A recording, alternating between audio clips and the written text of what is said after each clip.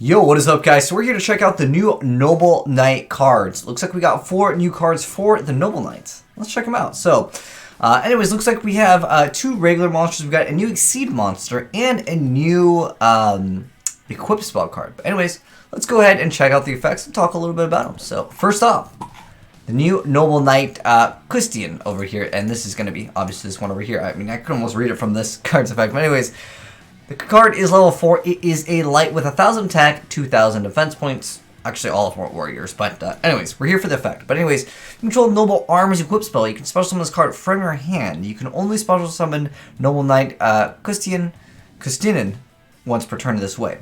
A Noble Knight monster that was Synchro, Exceed, or Link Summon using this card on the field as material gains this effect. If this card is special summon, you get to normal summon 1 Normal Knight monster during your main phase this turn in addition to your normal summoner set. You can only use this effect of it once per turn. Also, you cannot special summon monsters from the extract for the rest of the turn except for Noble Knight monsters. That's a pretty big downside because then you can start running it in a lot more things.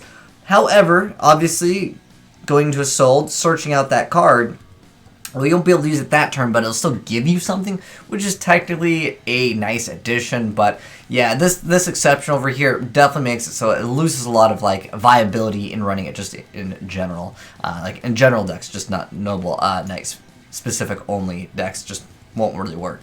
But anyways, next up though, we still have the Sacred Noble Knight of King Kustin.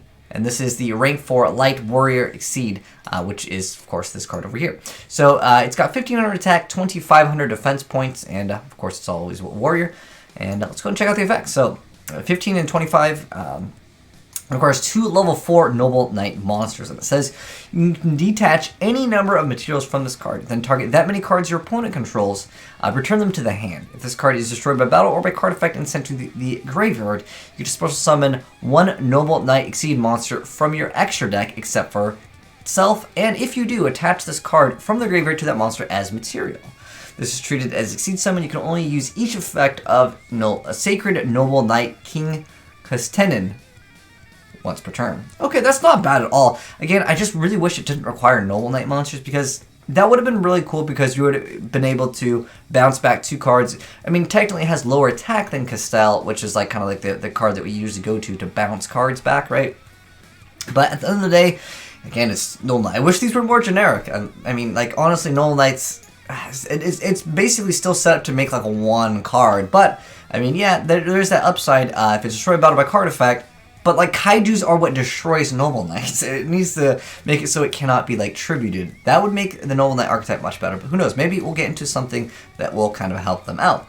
But anyways, this next up card we're going to talk about is Noble Knight Pellinore, which is a level 4 Light Warrior effect monster. This is the one over here that's riding the horse with 1,900 attack, 500 defense points, and it is a light monster.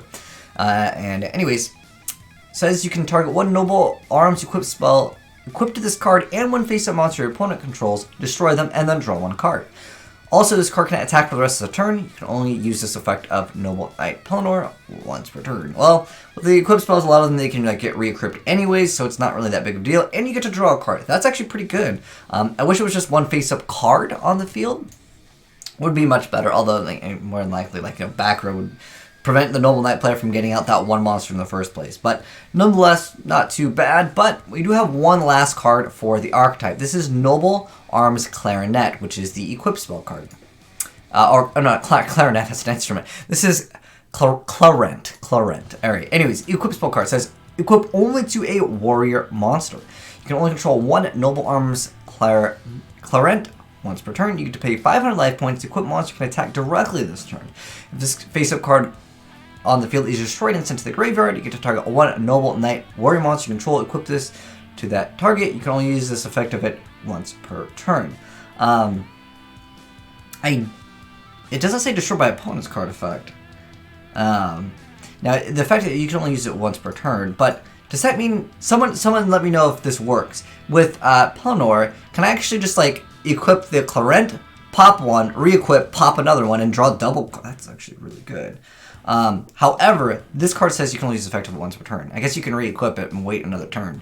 They really made it so they really don't want to make it that. Never mind. I mean, yeah, you could pop, re-equip, but then you couldn't pop again unless you used another effect to actually pop but then you wouldn't be able to re-equip it because, well, that effect, they just like, they don't want it to be too good, and like, I guess I understand, but at the end of the day, Noble Knight, they needed something. Does this make the deck better?